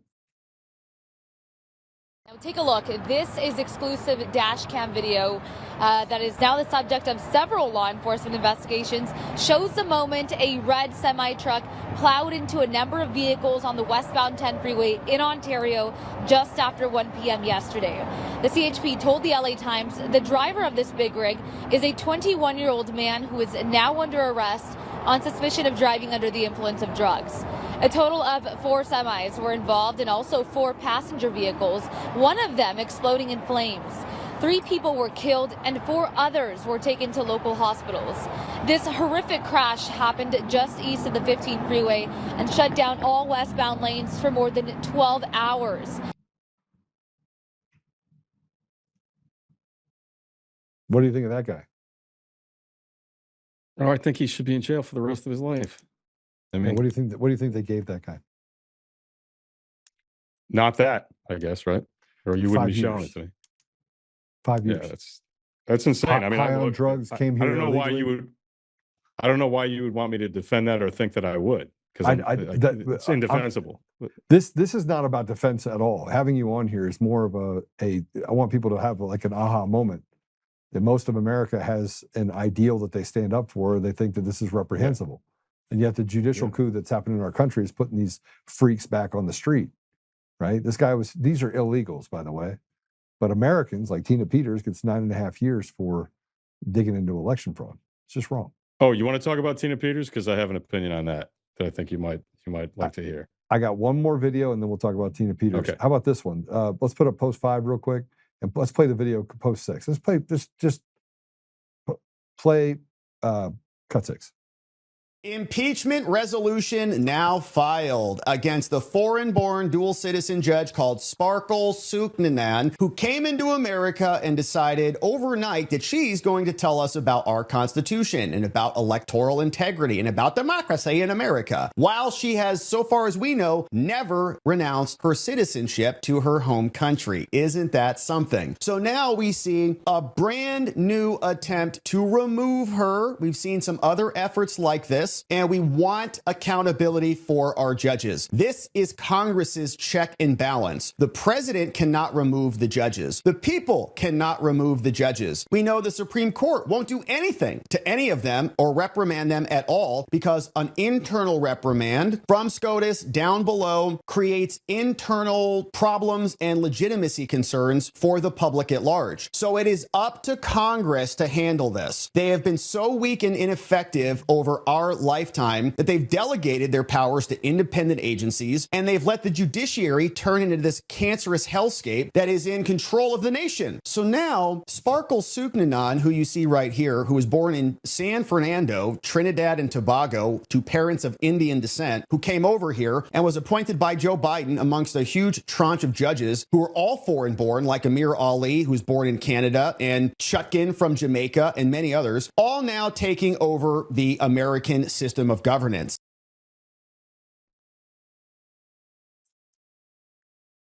Dual citizen, federal judge.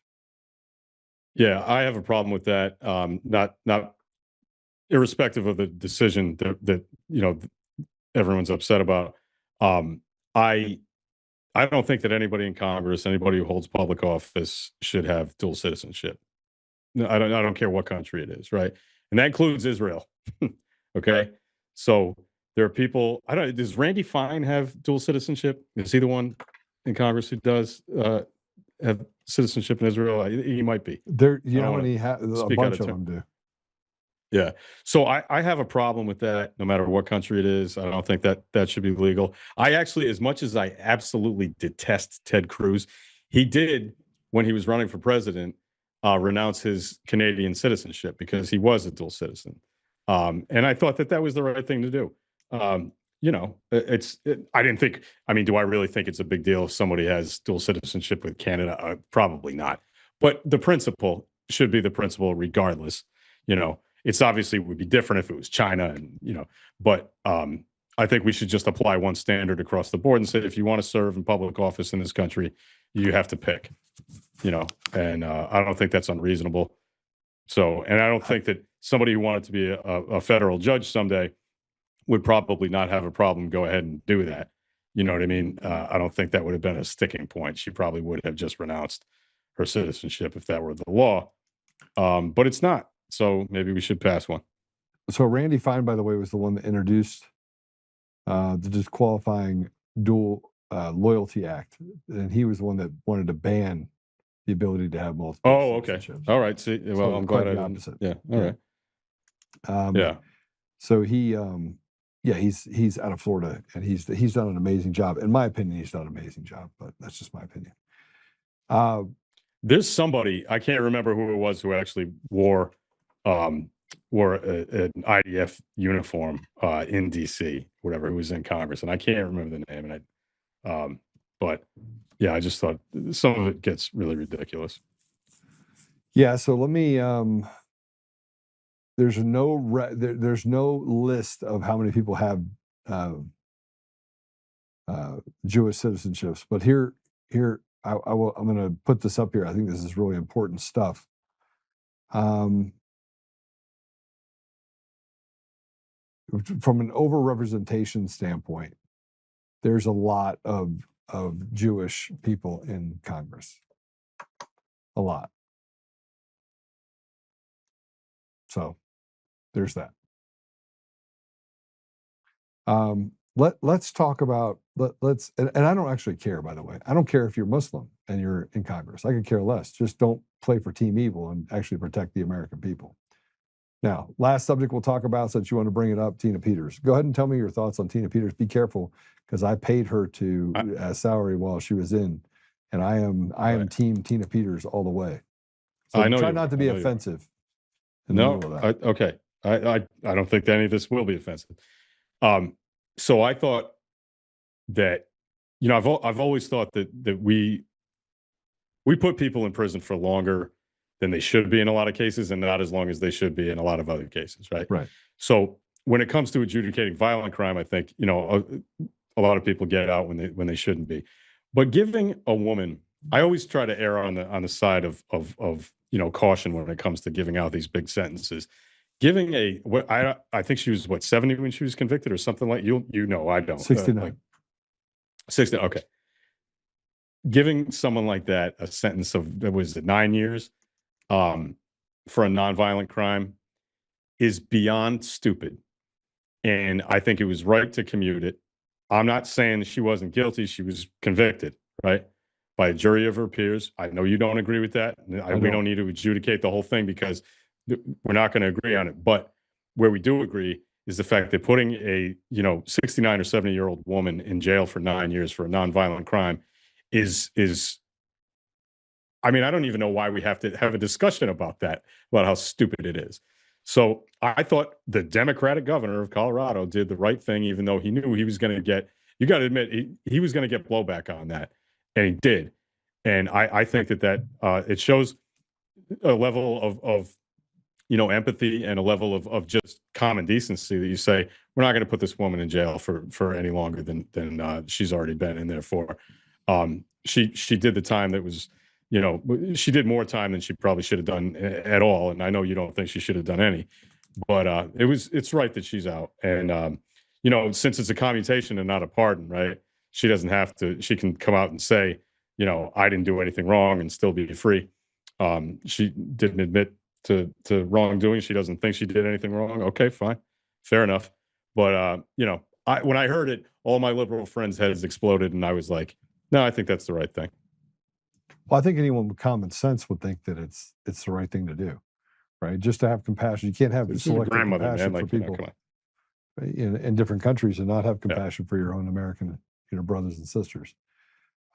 So that leads me to the elections. You and I have talked about this before.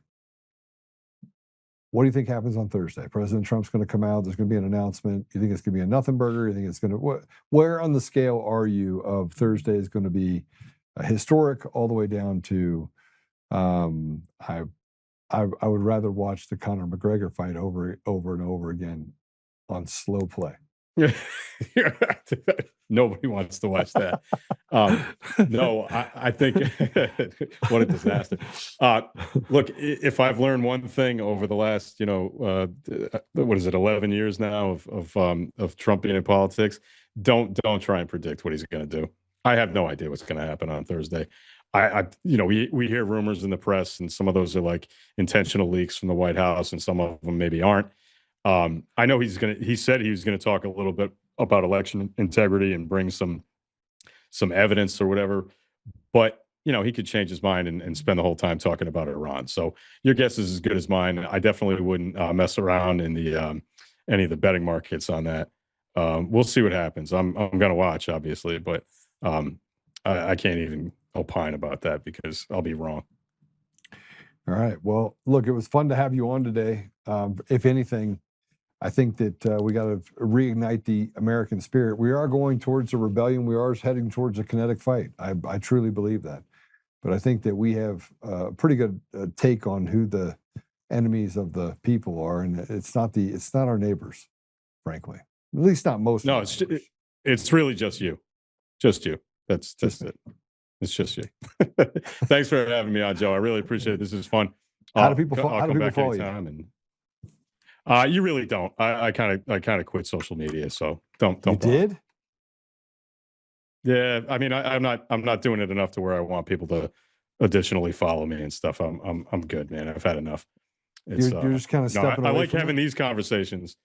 I like Yeah. having these conversations, and I'll do some pods with people that I actually like, and Yeah. that I think will have a productive conversation. But as far as like looking for people to follow me on X or Instagram or something, that's pretty much just like my family and friends, and I'm going to keep it to that. Don't bother following me. You wouldn't like it anyway. Trust me, it's very boring. It's not exciting. It's just a pain in the ass. So you're just going to watch me post videos of 1980s baseball games and stuff. So, well, that's pretty boring. I agree with that fully. Yeah, agree to disagree. It's great having you on, brother. It's good to see you. All right, thanks, Joe. Appreciate it. All right, take care. You know, we go through perspective and we look at kind of the things that separate us. And there's the things that separate us and the things that bring us together. And I think more things bring us together than push us apart. We forget about those things. And I'm not under, you know, as I sit here saying we have one day away, President Trump's going to get on the stage, he's going to talk about these things, and that it's big, and you have people in the White House saying it's big. It's only as big as the softening that they try to create. Imagine being backed up for, like, I'm going to say something that's kind of crude, but imagine being backed up, like your plumbing's backed up in your body and you've been constipated for like a year. And so they put stool softeners in it, and you know that it's going to just be, but they just go way too far, and then all of a sudden everything clears up, and it's like it never ever happened before. Somewhere between we're going to get hit with a powerful punch, and we're finally going to get justice, and we're going to be woefully disappointed because, again, those people will not be arrested, will face any consequences. So I think something's about to happen. You definitely can see some of the reaction that's out there related to the stealing of elections. You see the Mockingbird media that keeps talking. But, you know, I'm pessimistically optimistic, and I remember those two words, but God. It's his world. It's his pathway, and we just have to have faith and make sure that we walk that faith. Lastly, I put out a 7-minute clip. So I'm going to pray us out, and I'll let you listen to a 7-minute clip that I put out there on Facebook and other places. And this really is just a reminder of me basically saying the quiet part out loud. And matter of fact, I said on one of the socials that I put it out on is that I'm really just trying to talk to you about the quiet part out loud. We're in a crazy environment, but we're all slaves. Black, white, green, yellow, purple. I think one of the reasons why they're creating all of this nonsense that we're having to deal with right now is because, you know, frankly, it's nonsense. I put it in the thing for you guys just now. And we can see it. 56 cents on every dollar. We just talked to him about, you know, let's walk through even what Planned Parenthood is. Planned Parenthood. You say Planned Parenthood. Well, it's not Planned Parenthood. It's planned death. Planned murder. It's planned kill the baby. And, you know, and Patrick agreed, by the way, that the reason why most people don't have babies is because it creates a financial hardship. Imagine that. You're not having a baby, not because you don't want the baby, because 99% of the time it's if you knew that you could actually survive it, but you can't. Because regulations have made it almost unaffordable just to have daycare. You go to work and everything that you make goes towards daycare. And the government can't balance their budget at all because they're too busy feeding their face. And there's no consequences for them not. Yeah, we're in real trouble. We're in real trouble. So let's pray it out. Apple Podcasts, Google Podcasts, Spotify, Pandora, iHeartRadio, TuneIn, and more. We are everywhere. If you're on Roku and you're watching it, drop me a line. Just Joe@Untamed Nation. Let me know how that experience is going on Roku. I see that more and more people are flocking over there to watch it on the big screen. So I do appreciate all of the support. You can follow us, obviously, at the bottom at Joe Oltmann on any of the things, and at Joe Oltmann on Truth Social as well. So let's pray it out. Father God, we're grateful for Patrick. We're grateful for this beautiful country that for 250 years has mostly been blessed in such a way that we're just uniquely different than every other country. Father, we are the most forgiving group of people. We are the most generous group of people. And yet we come from such diverse backgrounds. But the lies of the devil have tried to take over and create a victimology that makes us all question where we are, how we are, who's bad, who's good. And yet we can see bad for what it is, upfront and personal.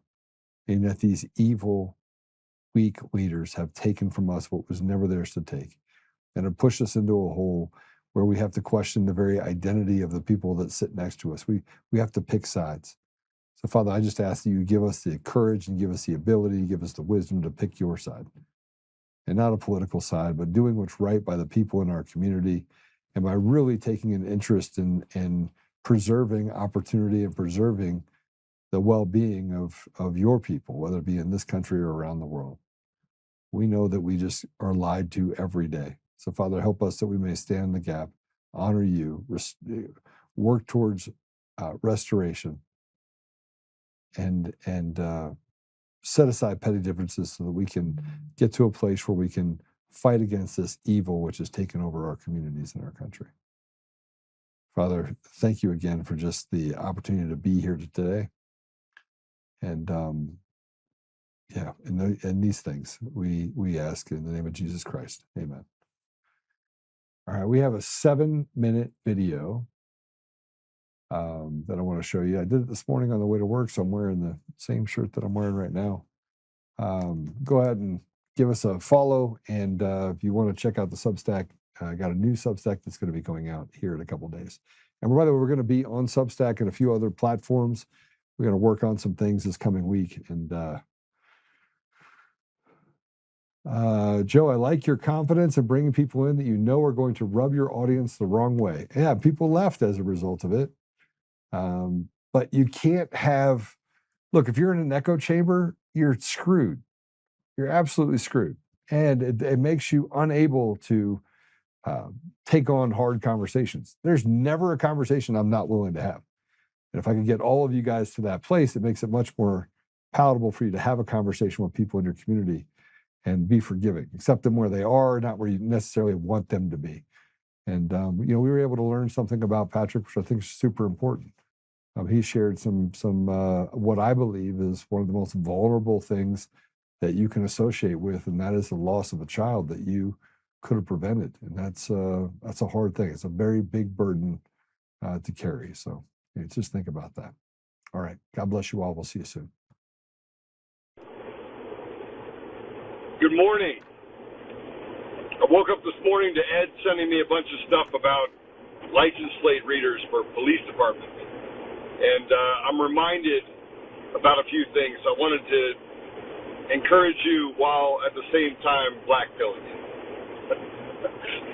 So I'm going to say the quiet part out loud. I'm going to talk about the obvious. And here's the obvious. In the last 8 years, the state of Colorado has degraded to a place where it's hardly recognizable.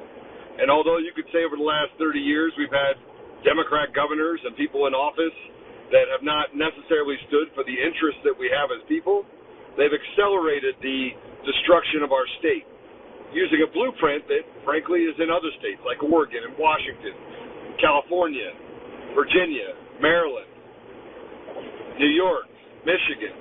And you can see what they're doing in Texas and other states. This is a plan. The plan is destroy everything that's good, replace it with deviancy, let criminals out on the street, and steal the very essence of what it means to be an American. You live in a police state. And every time we turn around, we have this judicial coup that stands up and says, no, we're going to protect those people that are in government. We're going to protect the haves. We're going to throw the have-nots down into a hole. We're going to make it impossible for them to get justice. And we're going to create a judicial process that holds us unaccountable for our decisions and the lives that we ruin. That's the reality of what we face right now in the state of Colorado and in many states around the country. And as I sit there and say that to you, I can't help but equate what's happening in our states and in our country with what's happened in Venezuela. And all you have to do is go back to 2004. It was the third wealthiest country in the world. And the United States sits almost in that same position. We're not the first wealthiest. We take out our debt. We're the third wealthiest. But what they had to do is they had to accelerate their tyranny. and we had to allow them to do it. They had to give us crumbs and say, oh, we're going to give you a little bit of money if you stay home for 2 weeks so you don't kill grandma. We're going to shut down businesses, add more regulation, and we're going to make sure that the election process is done behind a black box so that no one can see it. And every time you go to talk to your elected officials like Lauren Boebert or Jared Polis, you get the same sad story. Sit down, slave. It doesn't matter what side you're on. The hubris is undeniably present. And if that's not enough, I want to ask you if any decision and any rhetoric that they've said or done over the last 8 years in the state of Colorado, any rhetoric, if it's ever manifested into anything that is good for the people. Now, set aside your I'm a Republican or I'm a Democrat, I'm an independent. Set it aside for a minute. And I want to ask you a simple question. Have the people that said that they represent your interest as they stand on a stage and shout dog whistles of homophobe and transphobe, and has any of that done anything in order to promote or to make your life better? I would argue it did the opposite. They took your tax dollars. They made it impossible for you to own anything. Your house, you rent from the government. Property taxes have tripled in the last 7 years. And we're in a place now where our politicians say, oh, we've got to silence the voice of people like Joe Oltmann because he called for accountability for treason committed against the people, not only in our state, but people around the nation. So I'm going to ask you a simple question. What are you going to do about it? We're going to sit on the sideline and watch everything fall apart as they choose a diabolical candidate as a Republican. And the Republican Party, by the way, just as rotted as the Democrat Party. Sorry, it is. They select, not elect. It is not the will of the Republicans who represents them in Congress or at any level of government. It's weak, pathetic, controllable people. People that, frankly, don't do the biddings for anyone in the community. They do the biddings for themselves, feeding themselves and gaining an immense amount of wealth on a $160,000 salary if you're in Congress. So I'm going to ask you the question as I say the quiet part out loud. What the hell are you going to do about it? I've been standing for the last 6 years. Thursday is going to be the start of something really big. But you can already see the rhetoric. And the rhetoric, by the way, is not just coming from the left. It's coming from people within our own party that are trying to soften the blow of what President Trump has to say on Thursday. So I pray that nobody gets to him. I pray that he comes out screaming and breaking things. Wreck-It Ralph. And doing what is necessary in order to give back some semblance of what our country should actually look like. And oh, by the way, I want to say this. To the person that basically said, Joe, look at the fat guy. I want to thank you because I've been getting a little pudgy around here just as so I went ahead and decided to go back to the gym before I have this massive surgery and down 11 pounds in the last 8 days. And I can still bench 275 like I'm standing still. So it was a good reminder. So I just figured I'd throw that all in there, and I'm going to get back to my fighting weight, so to speak. And listen, we got to make a decision whether we Wreck-It Ralph and join a rebellion, a real rebellion. That doesn't mean it has to be violent, but it could be. It could get there. But we know who our targets are. We know the system is designed to take from us what was never theirs to take. We know that it has enslaved us. We know that it has pushed us in a place where, frankly, there's no opportunity for young people. None. And so we have to make a decision on whether or not we've lived a good life. We've been given enough opportunity, and now we're willing to unselfishly serve those that come after us. And that is the American ideal, and that is the American spirit. But I figured I'd throw in that other part about me working out, being able to throw up 275 pounds, because I was pretty impressed with myself. But I've always had retard strength, just to add a little humor to it. All right, God bless you. Remember, but God, President Trump's going to come out on Thursday, and frankly, I don't know what this election season holds for any of us, but I do know this. The American people are wide awake, and no matter how much Mark Elias or Weasel Weiser or Jenna Griswold or any of them, Hick, whatever his name is, Hickenlooper, no matter what they say, it's all just empty words, bullshit, that they put on the end of a stick and expect you to eat it like ice cream. It's not ice cream. It's shit on a stick. And you can't polish a turd. Polishing a turd, it's still a turd. And they're turds. So God bless you. See you soon. Have a great day. And we got some great things coming up. We're going to Wreck-It Ralph on content media in the state of Colorado.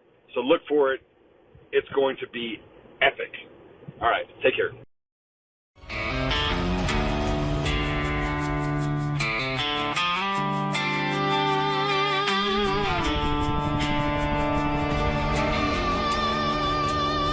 Rise up untamed in the heart of the fight where the wild ones roam. Joe Oltmann's calling, bringing truth back home. From conservative daily to this untamed fire, we shatter the silence, lifting spirits higher. No chains can hold us, no lies can prevail. Authentic and fearless on this rugged trail.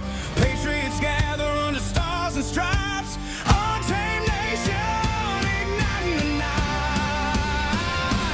Untamed nation, let the truth roll out in this land of the free. Standing proud from sea to shining sea, we won't back down. Catch the fire, wear the crown. Untamed nation, it's our battle song, motivating hearts where the brave belong. Yeah, untamed and wild, forever strong. Play it again all night long.